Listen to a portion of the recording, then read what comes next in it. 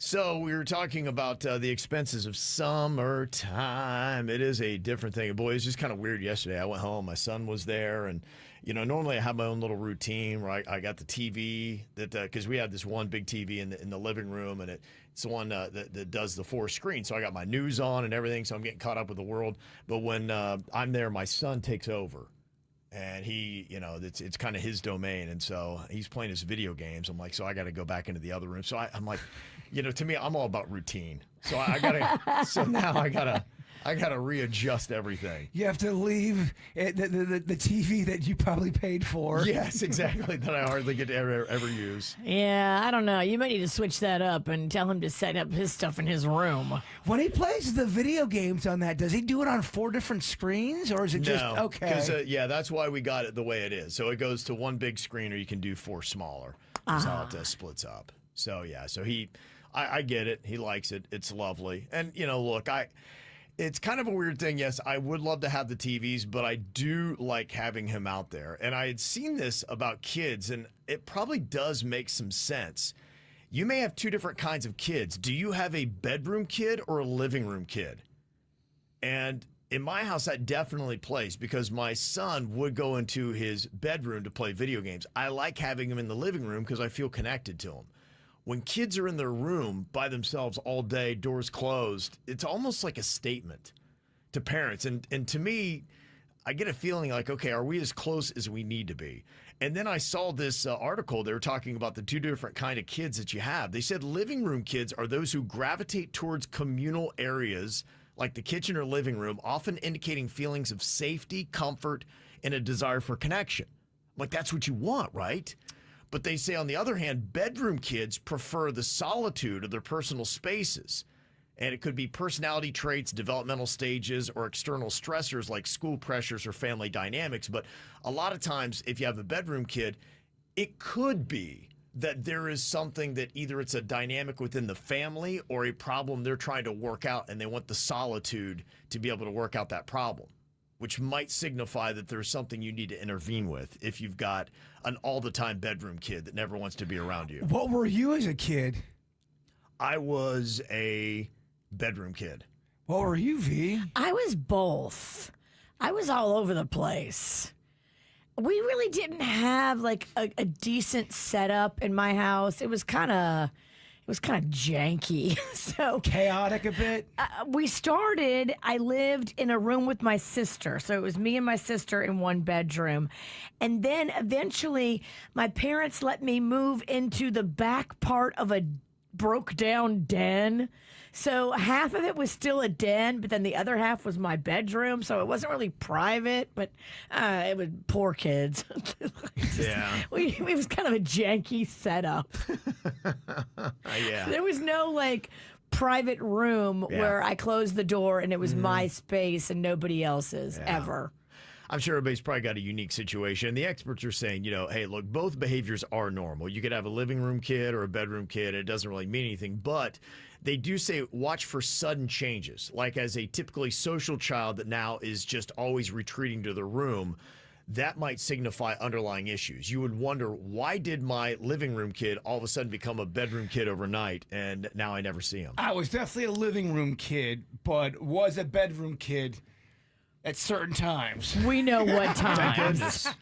Yeah, there are times where I want teenage boys to be you know what, you need to be a bedroom kid right now. Please don't do that in the living room. It's not just because of the kids going through depression or being angsty. No. They just want a little privacy.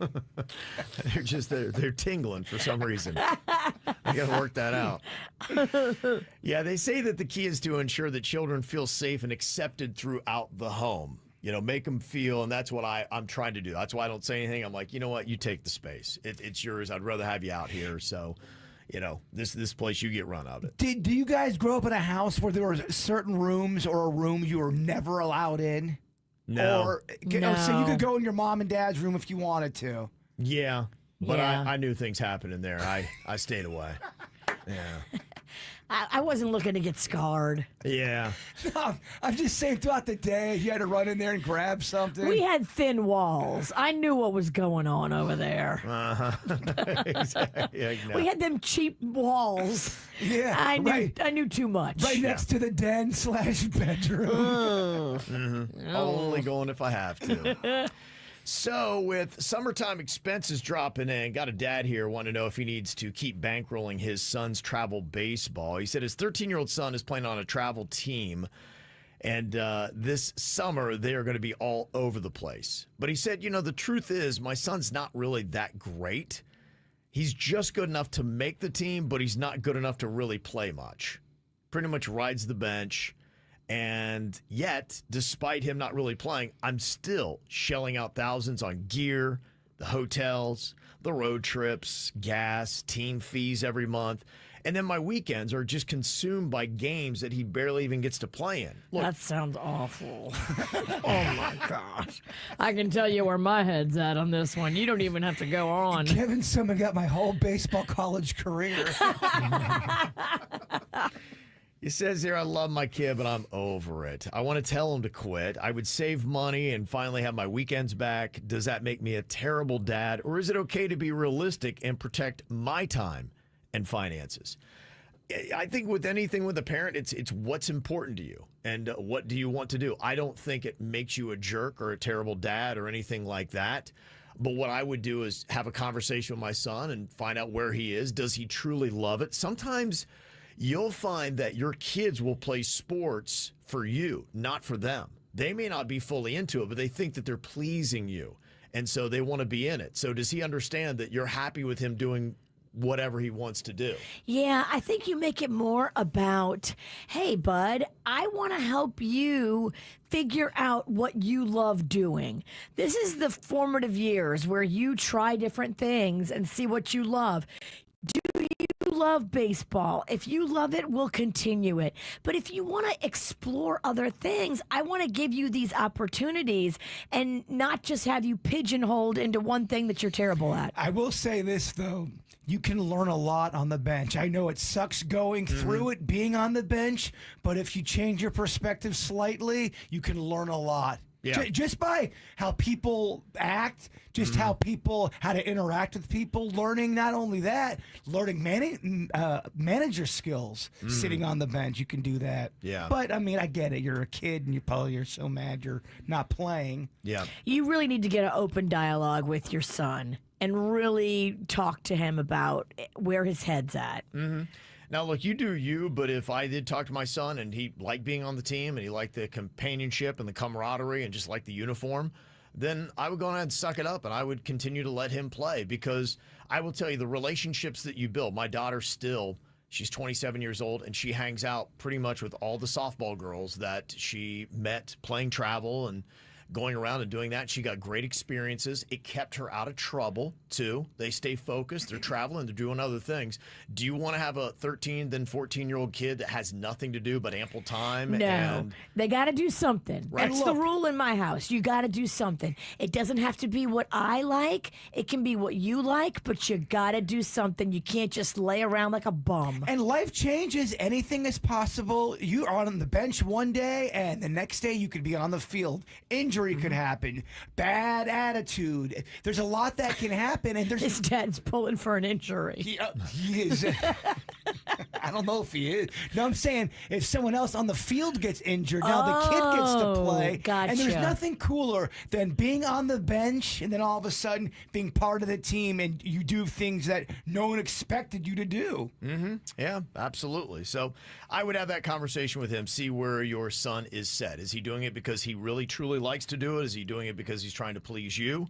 And figure that out and then go with it. Is there anything else that he wants to explore? Yep. Make sure that you're not just all sports. Maybe there's other avenues that he's thought about that he hasn't explored yet. Dan, who has been basically running baseball in West Palm Beach for a very long time. His son is a fantastic player. Gus. Yep. We love Dan. And he is an authority at Phipps Park there. If your kid loves baseball but is a bench warmer on a travel team, one, play the rec league. He'll get confidence plus fall, spring, and all-stars for a summer season. 2, take the time and money from travel and get him a real athletic training gym 5 days a week to work on strength, speed, and athleticism. 2, 3, get ready for his high school JV or varsity tryout season. He said you will spend far less money, he'll get exponentially better, and be more engaged with his community. It's great perspective from Dan, and I really do agree. And just because a kid is riding on the bench doesn't mean he doesn't want or she doesn't want to be there. I mean, I rode the bench back in college. I wanted to be on the field, and you never know what can happen, and you never know when life is going to change, because there was a few times in my life where I was on the bench and I got some good opportunities because the situation just it lended to that. So just because a kid isn't playing doesn't mean they don't want to be there. Now, it may suck and it may hurt them because it hurt my heart when I wasn't playing, because you want to be out there. But you can learn a lot, especially the mental side, when you're on the bench. And you can become a very good baseball player that way. It is chock full of life lessons, too, and not to mention the relationships that you foster in that time. And pulling the plug on the baseball just lends your kid to go out and figure out other things to do to entertain themselves with their time. And that scares me. This is how we do. It's the KBJ Show.